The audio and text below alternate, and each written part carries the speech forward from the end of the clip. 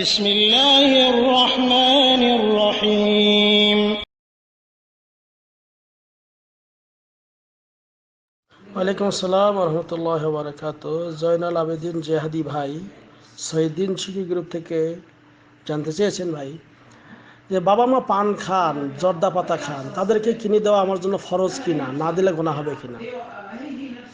আলহামদুলিল্লাহ ওয়াসসালাতু ওয়াসসালামু আলা রাসূলিল্লাহ। সম্মানিত ভাই, হালাল এবং হারাম স্পষ্ট বর্ণিত হয়েছে এবং সূরা মায়েদায় যে আল্লাহ কথা বলছেন যে ইয়াসআলুনাকা মাযা উহিল্লা লাহুম, তারা আপনাকে জিজ্ঞেস করবে তাদের জন্য কি হালাল করা হয়েছে।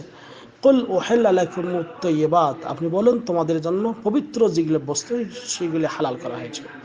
অনুরূপভাবে আল্লাহ নবী ইসলামের সাহাবায়ে কেরাম তাদেরকে যে সমস্ত হালাল এবং হারাম এগুলি বর্ণনা করে দেওয়া হয়েছিল এবং নবী করিম সাল্লাল্লাহু আলাইহি ওয়াসাল্লামের মাধ্যমে এটা বলা হয়েছে।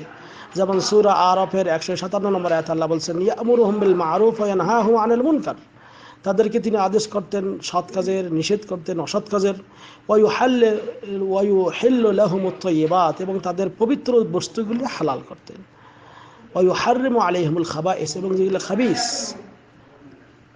অপবিত্র নোংরা এগুলোকে সেগুলো হারাম করা হয়েছে।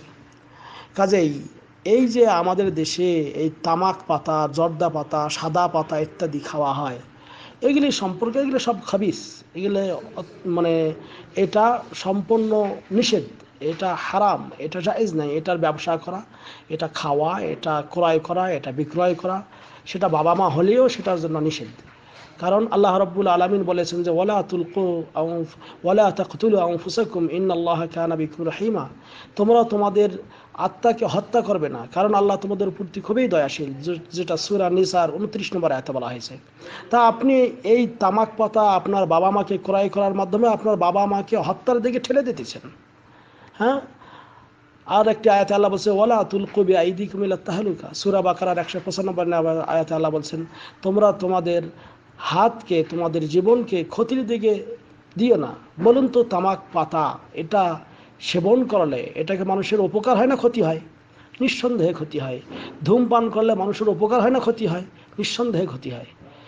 তো এই জন্য এই ধূমপান বা তামাক পাতা, সাদা পাতা, জর্দা পাতা, বাবা জর্দা, হ্যাঁ দিলীপপুরি জর্দা, অমুক জর্দা, তমুক জর্দা, যত জর্দা আছে সমস্ত জর্দা এগুলা সব হারাম, এগুলি খাওয়া জায়েজ নাই, এগুলি ইসলামী শরীয়তের বিধান মোতাবেক নিষেধ।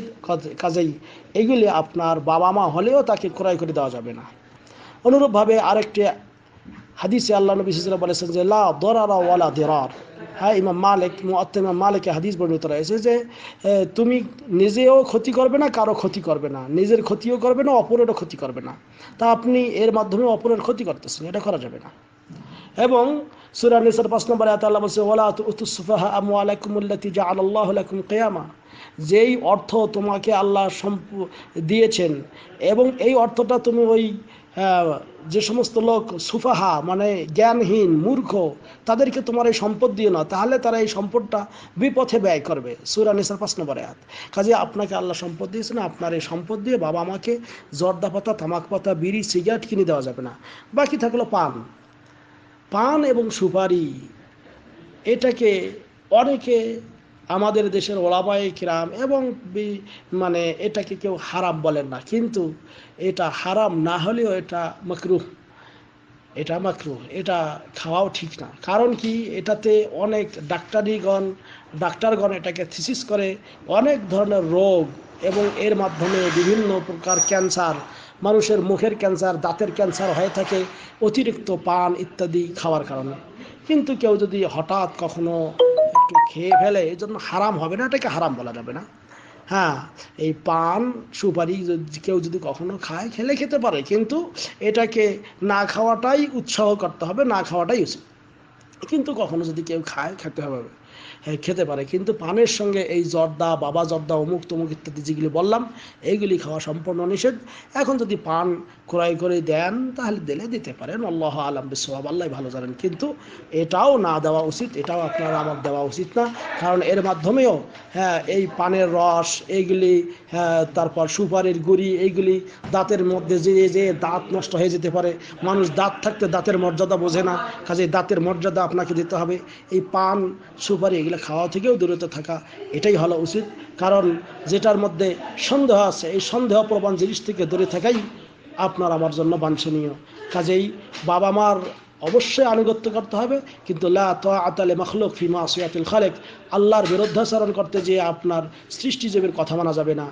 এমনকি বাবা মা যদি আপনাকে শিরক করতে বলে কথা মানা যাবে না, কিন্তু শিরক ছাড়া গুনার কাজ যদি করতে বলে সেটা করা যাবে না, অন্যটা মানতে হবে। কাজেই আপনার এই বাবা মাকে আপনি পান, সাদা পাতা, জর্দা পাতা এগুলা ক্রয় করে দেবেন না, এগুলা দেওয়া হারাম।